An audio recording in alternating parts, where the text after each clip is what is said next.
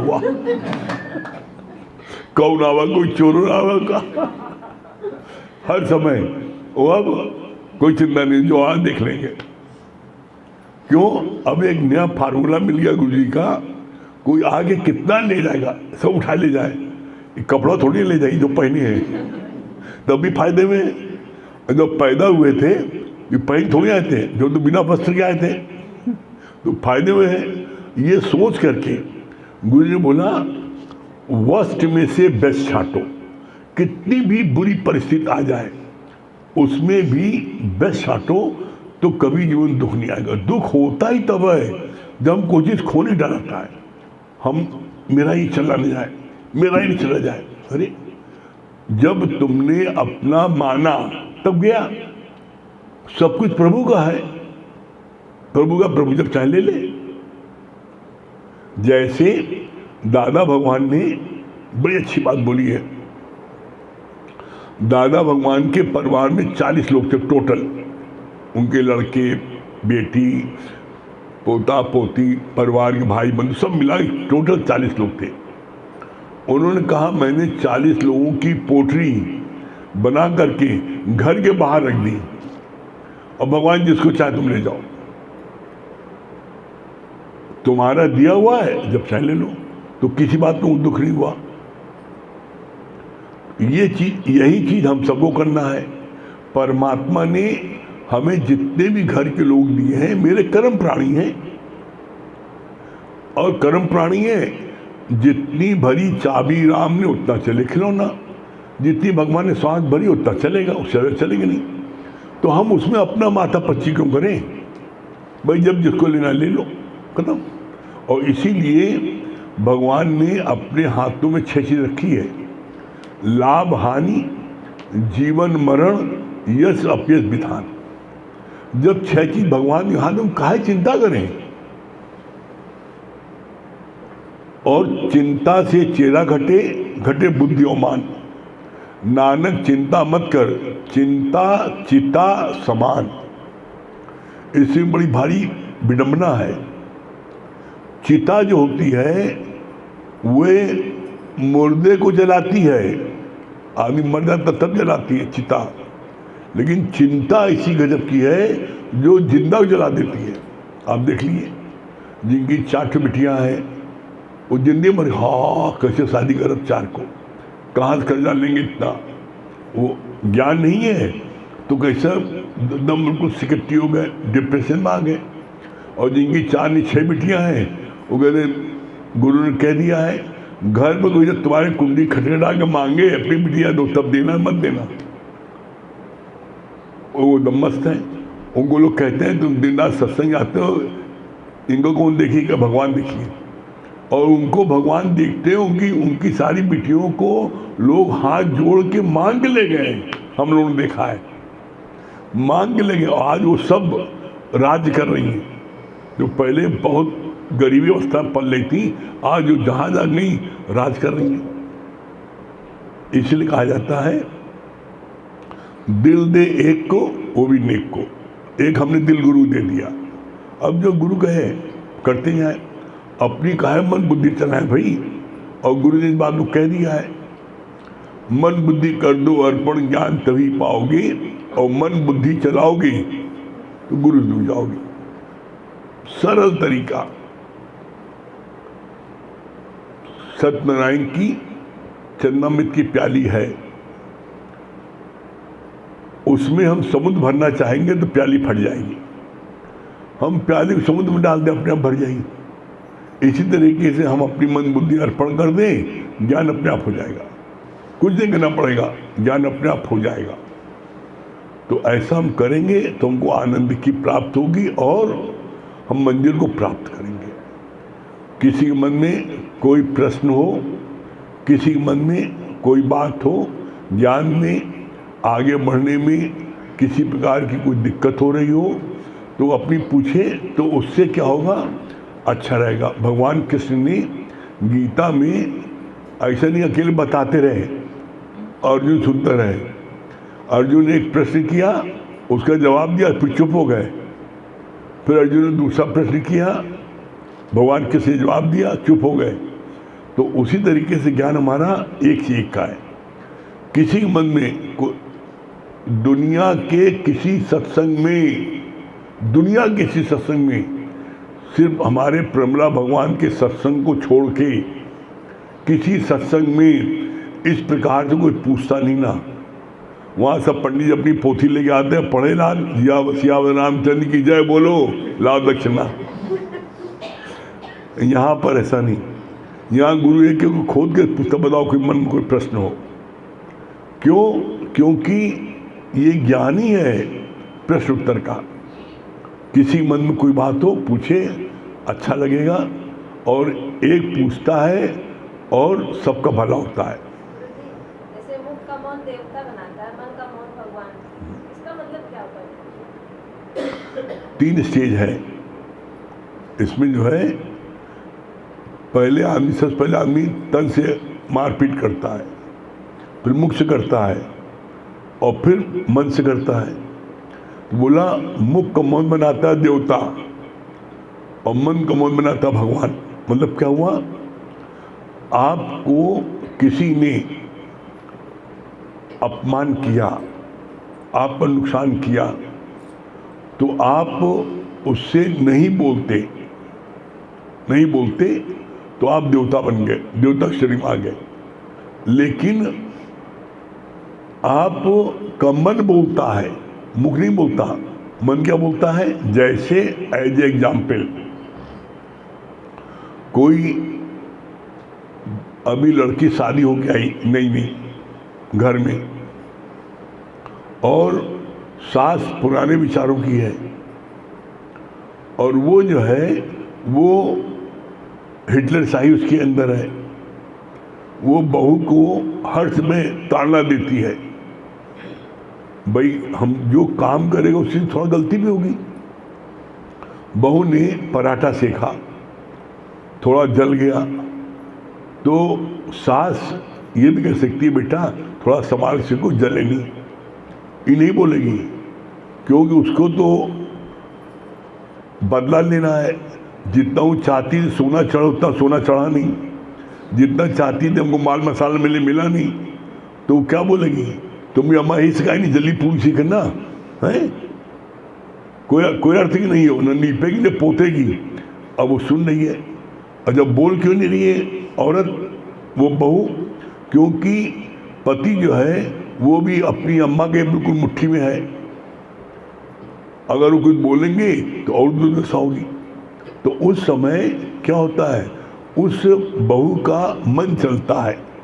क्या मन चलता है? हे भगवान, ये बुढ़िया कब मरी, हमरा कब छुट्टी मिली। उसके मन में न चाहते हुए, भगवान इसे कब हमरा पिंड छुट्टी, कितनी देर में सजा भोगना पड़ेगा है। 70 साल की होकर अभी तक मर नहीं रही है, और देखो दूसरे रिश्तेदार जो 50 साल के मर गया, ये बुढ़िया कब मरी। उस समय न चाहते हुए भी उस महिला से, उस नई बहू के मुख की बात उसके मुख से निकल, उसके अंदर में मन में बात आती है, तो कर्म बन गए। यहाँ पर तुम्हारे साथ में कितनी भी जास्ती की जाए, कितना भी अन्याय किया जाए, कितना तुम्हारा अपमान किया जाए, कितना तुमको बोला जाए, उसके बाद भी तुम मुख से कुछ ना बोलो तो देवता हो गए। और तुम्हारा मन न चले, मन एकदम शांत रहे, तो वो बनाता भगवान। इसको बोलते हैं निर्विचार समाधि। मन में कोई विचार ना है और ज्ञान चले अंदर में। मैंने किसी जन्म में इसके साथ में, पहले हम सास थे, ये बहू थी, और मैंने इसको ऐसा बोला था, तो हे गुरुजी आपका लाख लाख शुक्राना है, इसने ऐसा बोला तो मेरे कर्म कट गए, अब मुझे मुक्ति मिल सकती है। क्यों? ज्ञान में क्या बताया गया है? बिन भोगे छूटे नहीं कर्मगत बलवान। कर्मों की गत इतनी बलवान है, बिना भोगे छूटे ही नहीं। तो ऐसे में हम, अगर मेरा कर्म नहीं कटेगा, कोई नहीं काटेगा, तो फिर हमें आवागमन में फिर आना पड़ेगा 84 लाख में। तो उसने मेरे कर्म काटे, तो मुझको उसने ओबलाइज किया कि मेरा उसने गलत किया, ओबलाइज किया। तो हम इस चीज़ को मानते जाए, ठीक है। तो हमारा जब मन अच्छा, ये जो ना अभ्यास करने होगा। पहले देखो आप मौन नहीं पाता, मुख तुरंत बोल बैठता है, तुरंत जैसे बॉल को दीवार में मारो वैसे तुरंत बॉल वापस आता है। किसी ने कुछ बोला तुरंत उसका जवाब दिया, कमेगा तुमसे।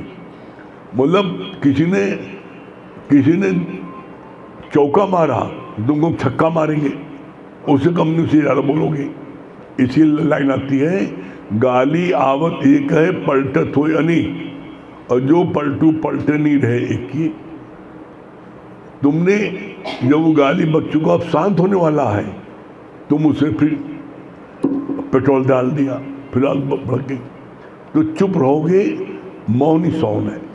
तो पहले प्रोसेस क्या है, पहले मुख का मौन आता है, इसके मौन, मन का मौन लास्ट में आता है। जब आप गुरु के ज्ञान को 100%, 98% नहीं, 100% पूरे गुरु के ज्ञान को अपने जीवन में लगा लोगे, उतार लोगे, तब मुख का मौन, तब मन का मौन आएगा।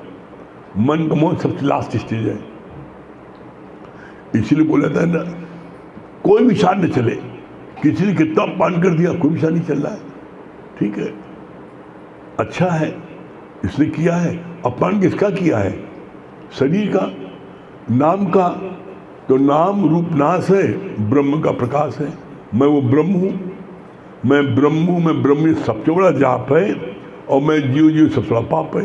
जो जीव बनेगा, जो देह में रहेगा, जो नाम रूप याद रखेगा, उसको गाली लगेगी। नाम रूप नाश है और ब्रह्म का प्रकाश है। मैं वो ब्रह्म हूँ, आई एम दैट।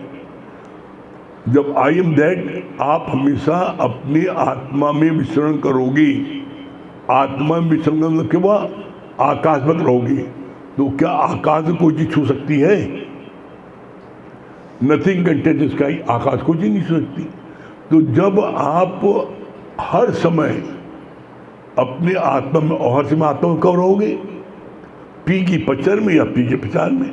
सिर्फ गुरु ज्ञान की बात करो, कोई बात नहीं, कोई बात नहीं दूसरी। क्यों? जो भी बात आप कर रहे हो, जो भी दृश्य आप देख रहे हो, जो कुछ है सब मिथ्या है, सब जाने वाला है। जब कोई चीज मिथ्या है तो उसकी बात क्या करें? जो सत्य है हम भगवान की बात करें, बाकी कोई बात नहीं। और भगवान की बात क्या है? भगवान की बात क्या है भाई? है? सिर्फ ज्ञान एक दो अक्षर का है। मैं ब्रह्म हूं, ये ज्ञान है। मैं जीव हूं, अज्ञान है। और इसी को चाहे कितना बढ़ा लो, बहुत प्रकार समझाया जाता है कि भाई तुम हो ब्रह्म होते हुए तुम अपने जीव मान ले रहे हो। विडम्बना ये है। अभी किसी से पूछो, कहानी उस संत ने, वो संत चिल्ला रहा था, भगवान मर गया, भगवान मर गया। तो उधर से एक डॉक्टर जा रहा था, कैसे दिमाग खराब हो गया, कुछ दवा दे दें। कि क्या बात है? क्या भगवान मर गया? तो संत ने पूछा उससे, तुम कौन हो? I am doctor. क्या भगवान मर गया? अब है भगवान? बोला मैं doctor, I am so and so doctor, अपना नाम बताया। तो सो एंड सो डॉक्टर बताए ना, है भगवान। और उसके बाद में आगे बढ़ा तो वकील मिल गया। वकील की पता नहीं लगता कोई केस मिलने वाला है, चिल्ला रहा, पकड़ाना है। क्या बात है? आप कौन? I am so and so वकील, भगवान मर गया। आप किसी से अपना इंट्रोडक्शन देते हो तो क्या किसी को बोल पाते हो मैं ब्रह्म हूं? जब किसी को आप उत्तर देते हो, किसी से बात करते हो, तो आप क्या बात करते हो? किसी कोई बात करते हो, भैया मैं व्यापारी हूं, मैं ठाकुर हूं, मैं पंडित हूं, मैं बनिया हूं, मैं अफसर हूं, मेरा नाम ये है, मैं इंजीनियर हूं, मैं वकील हूं, मैं डॉक्टर हूं। आप हर समय अपने को की जब बात कहते हो ना, फिर तो इसलिए हर समय अपने गॉडहुड में रहो। मैं ब्रह्म हूं, ये बोलो। जब मैं ब्रह्म हूं तो कोई बात कोई नहीं। जब आप ब्रह्म हो तो कोई बात नहीं लेना। ब्रह्म जब जीव बनोगे तभी सब बात लगेगी। ठीक है, क्लियर हो गया? ये प्रश्न है हमारा। हाँ बोलिए भैया। 7-8 महीना पहले हमारे भैया का शरीर शांत हो गया था, तो अभी पिक्चर लगने वाला क्या हमें ब्रह्म ज्ञान लेना में क्या हमें पिक्चर हुआ, कुछ नियम विचार करना चाहिए? पानी लेना, खाना निकालना, चाय निकालना, क्या करना चाहिए? अगर आप जीव हैं तो सब निकालना चाहिए, देह में है सब निकालना चाहिए, और ब्रह्म में है तो कुछ नहीं निकालना चाहिए। यहाँ पर डिपेंड करता है, यहाँ पर आप कहाँ खड़े हो। आप अगर जीव भाव में हो तो आप सब निकालो। क्यों? अगर नहीं निकालोगे और 4 लोग कल आपके जब रिश्तेदार लोग बोलेंगे तुमने बड़ा अनर्थ कर दिया, तो तुम्हें डर लगेगा, दुख दुख होगा, ऐसा ना कोई अनर्थ हो जाए, ऐसा ना भूत बन के उनको चढ़ा है। डरता है। और कहा है भाई, गुरु जी ने बड़ा अच्छा एक एक बात को गुरु जी क्लियर करते हैं। आप पितर में, अभी आएगा पितर में आप लोगों को अपने पुरजों खिलाते हो। बेचारी एक सत्संगी थी गरीब, अब पंडित जी आए, अब आगे बोला कि आज तुम्हारे पति हमारे सपने में आए थे रात में, और कहीं बहुत देर से तुम मेवे खीर नहीं खिलाए हो। अब पंडित जी मेवे खीर नहीं खिलाए हो, बेचारी गरीबों को सादा खाना मिलना मुश्किल है, मेवे खीर कहाँ से बनाए। बड़ी दुखी रुआसी सत्संग गई, गुरु जी से कहा कि पंडित जी आए थे और बताएं कल रात में हमारे पतियों के आए और उन्हें कहीं बहुत दिन से मेवे खीर नहीं खिलाए हो, और मेवे खीर के लिए कहा है और कल श्राद्ध उनको खिलाना है।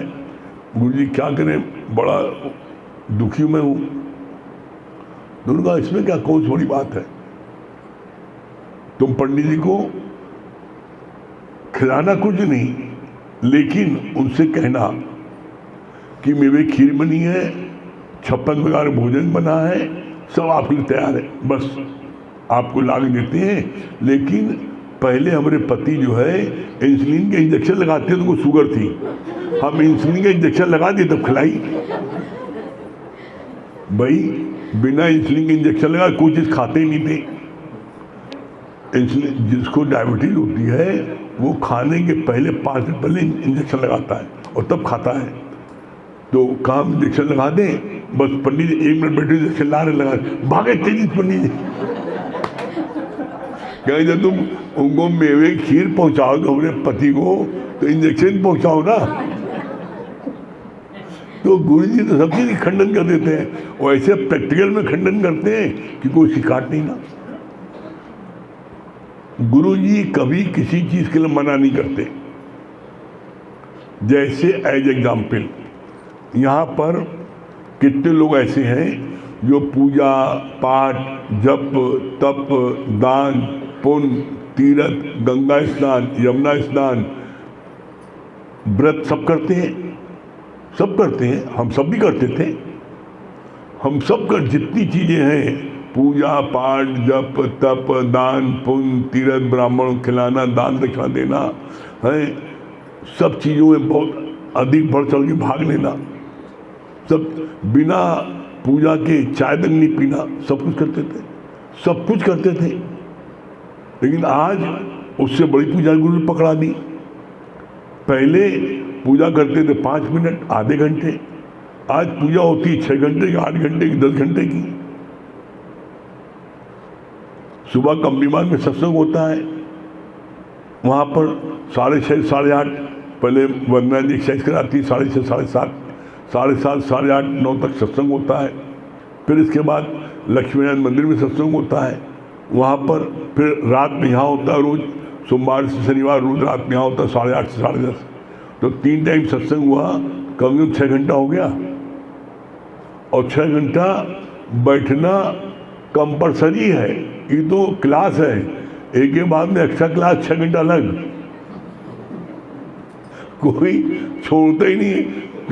कल रात में जो है सब थे, जितनी नौरतनियाँ थी सब, कल रात में यहाँ से 12 बजे गए सब, सत्संग समाप्त हो गए 10:30 बजे, और बतियाना और बतियाना।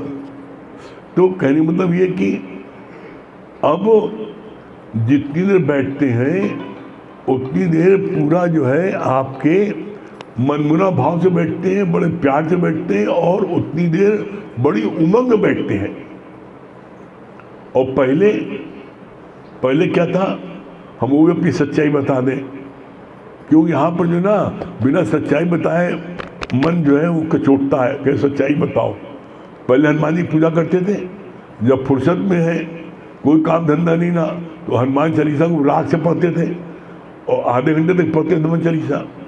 और किसी दिन कहीं माल पानी लेने जाना है, पैसा लेने जाना, किसी ने कह रखा भाई 11 बजे आ जाना, और पूजा करने का टाइम है, अब 11 बजे में 10 मिनट बाकी है, 5 मिनट का रास्ता भी है, अब पूजा खत्म करनी है मैं 1 ही 1.5 मिनट में, ऐसे आधे घंटे होती थी।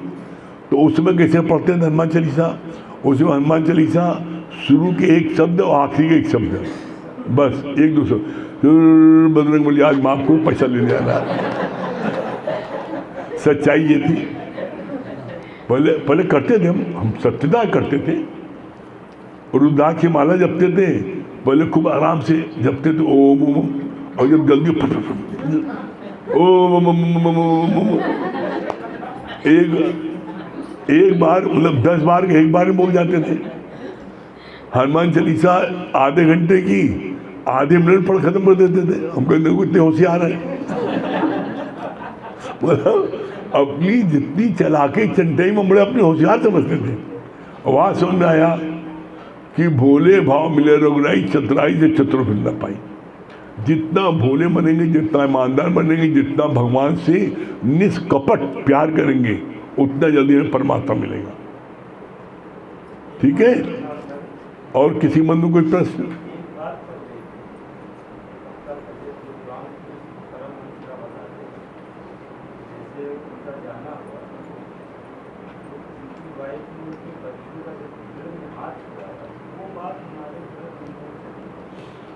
माइक दे दो, सुनाई पर ठीक से।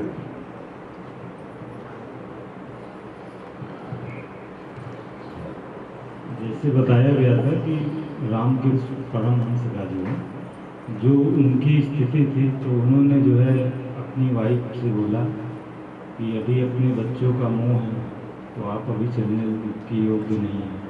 तो उन्होंने बच्चों के लिए फिर क्या क्या कहा, हम चल सकते हैं। तो उन्होंने कहा कि पति का जो है तुम्हें वो है, तो अभी नहीं चल सकते।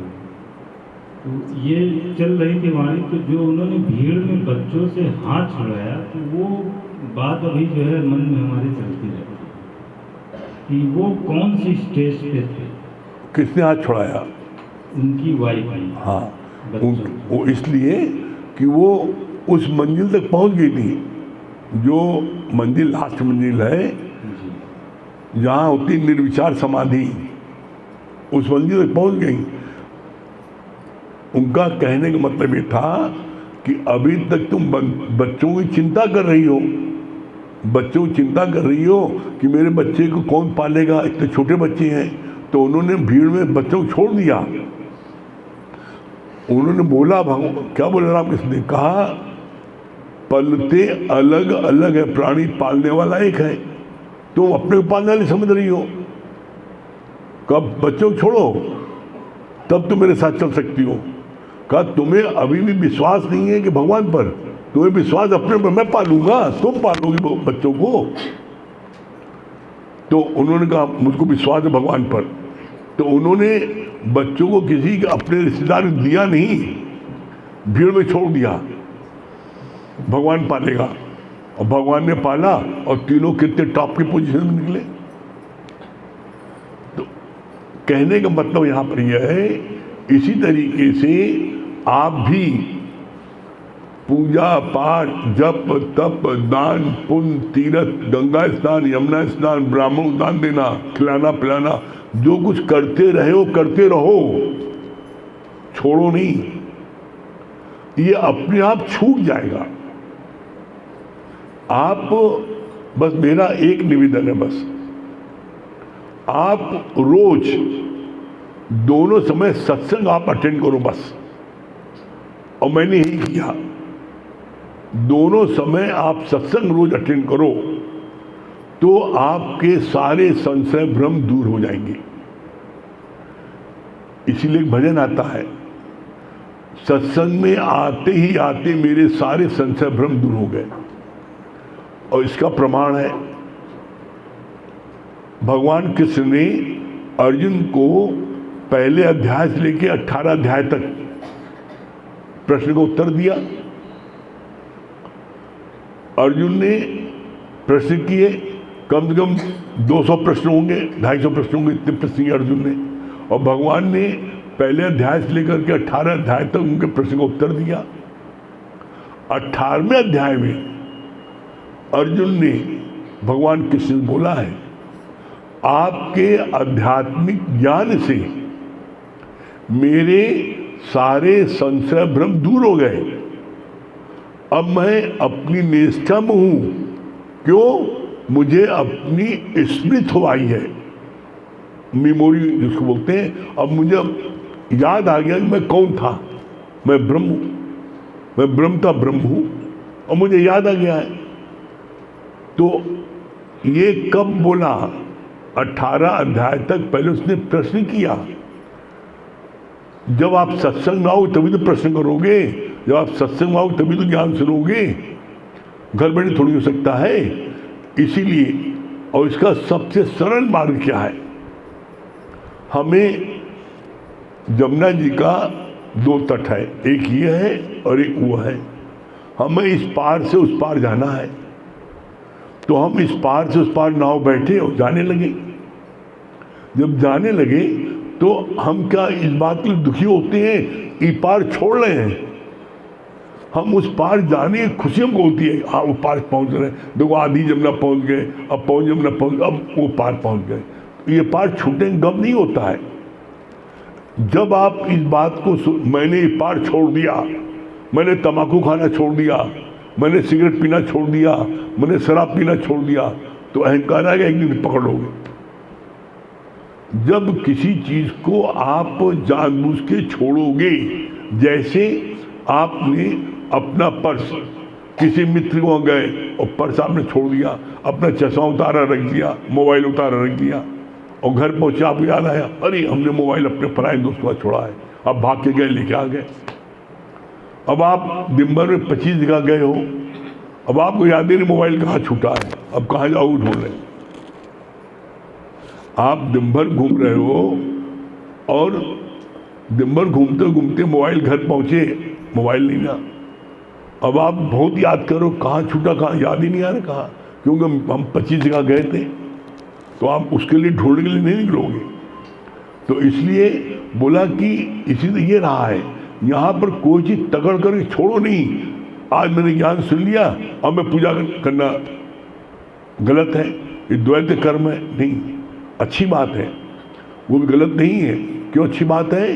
क्योंकि जब आप क्लास कक्षा 2 में पढ़ रहे हो, तो कक्षा 2 में पढ़ रहे हो, उस समय आपको चित्र बना करके समझाना पड़ता है कि देखो ये ए है, ये ए से एप्पल, ए से एप्पल है, छोटा से अनार, बड़ा से आम, सिखाना पड़ता है। चित्र बड़ा लिखते हैं और आम दिखाते हैं, देखो आम ऐसे लिखा जाता है चित्र से। तो उसी तरह ये हनुमान जी हैं, ये शंकर जी हैं, ये दुर्गा जी हैं, चित्र बनाया जाता है, उनकी पहचान है, उसमें आपकी आस्था होती है, आप पूजा करते, पूजा करने मन लगता है। अब यही जो आपने अभी छोटा से अनार और बड़ा से आम, ए से एप्पल आपने लिखा और बच्चों को समझाया, ये कक्षा 2 की चीज़ है। अब यही 4 बच्चे एक साथ पढ़ रहे हैं कक्षा 1 से, तो कक्षा 1 में 2 में ये पढ़ाया गया, और यही चारों बच्चे हाई स्कूल पास किया, साथ में इंटर पास किया, बीए पास किया, एमए पास किया, अब पीएचडी क्लास में, चारों पीएचडी क्लास में आ गए। और चारों पीएचडी क्लास में प्रोफेसर ने उनको थीसिस लिखने को दिया कि तुम कविता भी लिखो, तुम तुलसी भी लिखो, तुम इस पर लिखो। और वो थीसिस लिखने की जगह चारों बच्चों में से एक बच्चा फीसद में लिखे, छोटा आ से अनार, बड़ा आ से आम, ए से एप्पल, तो उसके 3 दोस्त कहा बोलेंगे, पगलाने हो कहा, एक अच्छा 2 क्लास है कहा, ये पीएचडी क्लास में बैठे हो, पीएचडी क्लास में बैठे हो, तुम ये लिख रहे हो, ये पीएचडी क्लास है। यहाँ पर गुरु कहता है सब में भगवान देखो, तुमसे एक हनुमान जी की मूर्ति भी देखते हो। और गजब की बात है, भोगी हम लोग, हनुमान जी एक है, लेकिन अलग अलग स्थान पर जो विराजमान है, हम उनको मान लेते हैं, ये हनुमान जी मेरे, हनुमान जी तुम्हारे, हम तो मानते थे। हमारे हनुमान जी गंगा से चौक वाले थे, जहाँ पहले रहते थे, खिवाई मंदिर के पास में गंगा चौक नजदीक था, रोज रात में रोज दर्शन करने आते थे, उनको मानते थे। जब कोई अचीवमेंट होता था, भाई 1-2 साल नहीं, 7 साल हमने यूपी बैडमिंटन चैंपियनशिप जीती, जितनी बार जीती हम भाग के वहाँ भोग लगाने आते थे, हनुमान जी आपकी कृपा से जीते। और जितनी बार हम जीतते थे तो हमारी बड़े भैया से और पिताजी से बहस होती थी, वो लोग बहुत जिद करते थे। पिताजी आते थे गंगा जी रोज नहाने, वो कहते थे सबसे बड़े हनुमान जी वहाँ चलो, हमको तुम्हारे हनुमान जी हम कहा जाइए, हम वहाँ कहा जाए भाई, तुम्हारे हनुमान जी हैं।